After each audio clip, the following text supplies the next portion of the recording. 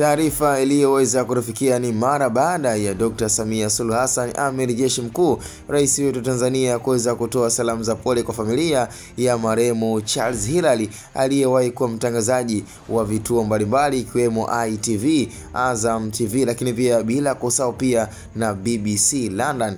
Bila shaka nafikiri amekuwa ni mmoja mtangazaji nguli, mtangazaji mahiri sana na mtangazaji aliyewa inspire mmoja ya mtangazaji mkubwa hapa Tanzania akiwemo Salim Kikeke. Bila shaka unaambiwa katika historia moja ya historia fupi sana kuhusiana na Charles Hilary, alikuwa ni mtangazaji mkubwa na mtangazaji aliyeanza tasnia ya utangazaji akiwa na umri mdogo sana. Sasa kiuhalisia alikuwa ni moja ya sehemu ya kumfanya pia Salim Kikeke ambaye alishawahi kufanya naye kazi katika kampuni ya BBC London, ambayo nafikiri wote walivyokuwa wanafanya kazi ilikuwa inatosha kusema kabisa kwamba ni watangazaji mahiri. Lakini aliyemfanya mwenzie apende kile anachokifanya alikuwa ni huyu marehemu Charles Hilary, ambaye kamfanya Salim Kikeke, ambaye kwa sasa hivi amekuwa akisifika kuwa ni mtangazaji bora kuwahi kutokea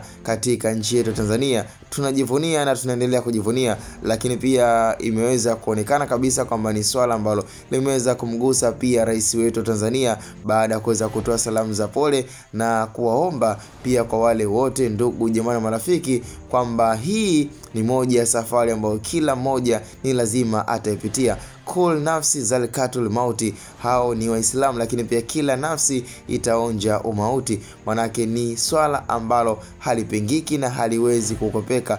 Kifo bwana huwezi ukakikimbia, na unaambiwaje kifo yani hakikosi chanzo. Kwa hiyo kila binadamu ni lazima atapitia sehemu ya umauti. Kwa hiyo kutokea kwa hiki kinachoendelea kuzungumzwa kwa mtangazaji maarufu, mtangazaji nguli ambaye tayari ameshaacha doa na ameshaacha pia alama ndani ya taifa la Tanzania baada ya kufanya kazi na viongozi kutoka Zanzibar akiwa kwenye idara ya mawasiliano. Kwa hiyo inatosha kusema kabisa kwamba alichoweza kukifanya anastahili pongezi na anastahili kabisa sifa na anastahili pia kupewa maua yake hivi sasa. Naweza nikasema cha msingi tukutane kwenye comment, na hii ni Hatboy Media.